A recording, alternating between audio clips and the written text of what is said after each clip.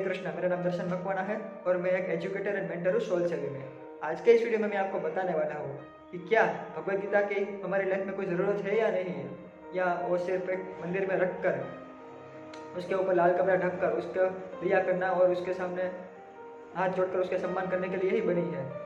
और सही मायने में आप देखें तो किसी भी बुक का सम्मान हम किस प्रकार कर सकते हैं, उसके सामने दिया जलाकर या उसको पढ़कर उसकी टीचिंग्स को अपने लाइफ में उतार कर।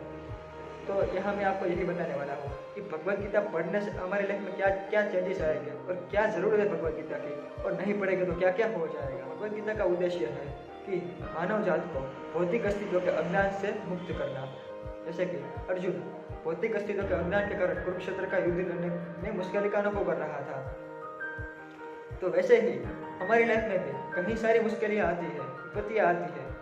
तो वो मुश्किलें क्यों आती है, उसका क्या कोई सॉल्यूशन है या नहीं, वो जानने के लिए हमें भगवद गीता को पढ़ना चाहिए। हम अभी एक ऐसे एटमोसफियर में रह रहे हैं तो जो असत है, असत मीन्स कि जिसका अस्तित्व नहीं है। आप अपने आसपास सारी चीज़ देख सकते हैं, वो हर चीज़ टेम्पररी है। इवन हमारी ये बॉडी भी टेम्पररी है। सबको पता है एक दिन मृत्यु अवश्य आती है और हमें इस बॉडी को छोड़ना ही पड़ेगा।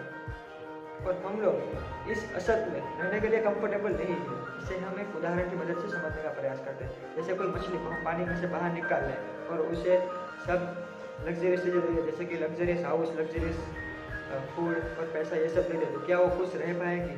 नहीं ना। हमारा अस्तित्व इटर्नल है, सनातन है, और हम एक स्पिरिट सोल है कि जो एक स्पिरिचुअल चीज़ है। हम अपने आप को इस बॉडी से आइडेंटिफाई कर रहे हैं कि जो एक मैटर से बनी है, और सभी क्रिया इस बॉडी को सेंटर में रखकर कर रहे हैं। तो क्या हम एक्चुअली खुश रह पाएंगे? दुख भोगने वाले सभी मनुष्य में से कुछ ही मनुष्य ऐसे होते हैं कि जो सही मायने में ये जानने के लिए जिज्ञासु होते हैं कि क्यों वो इस कठिन परिस्थिति में डाले गए। जब तक इंसान अपने दुखों के बारे में प्रश्न नहीं करेगा, तब तक उसे यह पता नहीं चलेगा कि वो दुख भोगने के लिए नहीं, परंतु दुखों का निवारण करने के लिए बना है।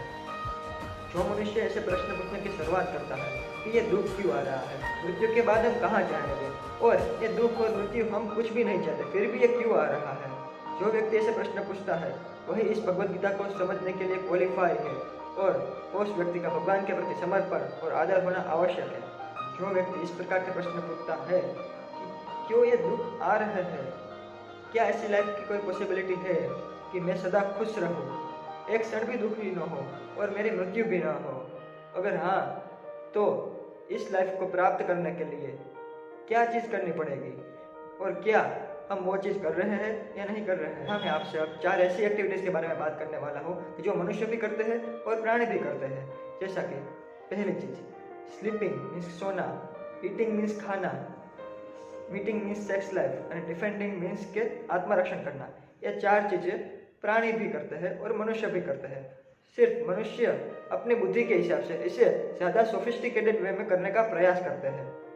जैसे हम लोग भी खाते हैं, हम लोग भी सोते हैं, हम लोग भी मीटिंग करते हैं, हम लोग भी अपना आत्मरक्षण करते हैं, अपने परिवार का आत्मरक्षण करते हैं। वैसे एनिमल्स भी ये सब 4 चीज़ें करते हैं। हमारी एजुकेशन सिस्टम हमें ये 4 चीज़ें कैसे प्राप्त करें वही सिखाती है। इस तरह के एजुकेशन सिस्टम को एजुकेशन सिस्टम नहीं कहा जा सकता, क्योंकि ये 4 चीज़ तो प्राणी एजुकेशन के बिना ही प्राप्त कर लेते हैं। हाँ, हमें ज़्यादा बुद्धि है, तो उस बुद्धि का प्रयोग हम एनिमल जैसे कार्य करने में ही कर रहे हैं। भगवान ने हमें यह बुद्धि इसीलिए ही दी है कि हम रियल एजुकेशन और रियल नॉलेज को सीख पाए, और भगवद गीता हमें रियल एजुकेशन और रियल नॉलेज प्रदान करती है। रियल एजुकेशन वो होती है जो हमें लाइफ के बेसिक क्वेश्चन के आंसर देती है, जैसे कि who am I, what is God, who is God, what is my relationship with God, why am I suffering. ये सवाल मनुष्य को होना ही चाहिए। हमने इस प्रश्न का आंसर नहीं ढूंढे और ये प्रश्न ही नहीं किए तो समझो हम प्राणी के जैसे ही जी रहे हैं। और भगवद गीता हमें बताती है कि हम ये बॉडी नहीं है, हम एक स्पिरिट सोल है कि जो इस बॉडी में रहता है। हम अपनी सारी एक्टिविटीज़ इस बॉडी को मेंटेन करने के लिए करते हैं, परंतु हम अपने आप के लिए मीन्स के सोल के लिए क्या करते हैं? सोल की भी कुछ नीड्स होगी, क्या हम उस नीड्स को पूरा करते हैं या नहीं करते हैं? हर एक सोल का परम पुरुषोत्तम भगवान श्री कृष्ण के साथ एक शाश्वत रिलेशनशिप है, और इस रिलेशनशिप को पुनर्जागरूक करना ये सोल की नीड है। और भगवान के धाम वापस जाना, भगवान के पास वापस जाना, ये हर एक सोल की नीड है। परंतु इस मटीरियल वर्ल्ड के संपर्क में आने के कारण, मटीरियल वर्ल्ड के प्रभाव से सोल की कॉन्शियसनेस कंटामिनेट हो गई है और इस कंटामिनेशन को दूर करने के लिए हमें आध्यात्मिक नॉलेज की ज़रूरत है कि जो हमें भगवत गीता प्रदान करती है। तो ये सोल की नीड है। तो मेरा आपसे मेरा निवेदन है कि अपनी इस ह्यूमन लाइफ को सिर्फ 4 चीज़ें करने में वेस्ट न करें।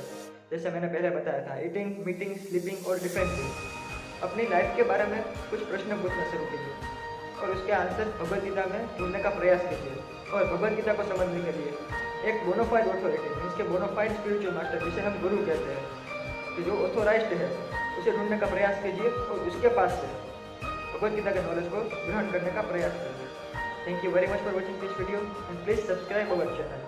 Hare Krishna.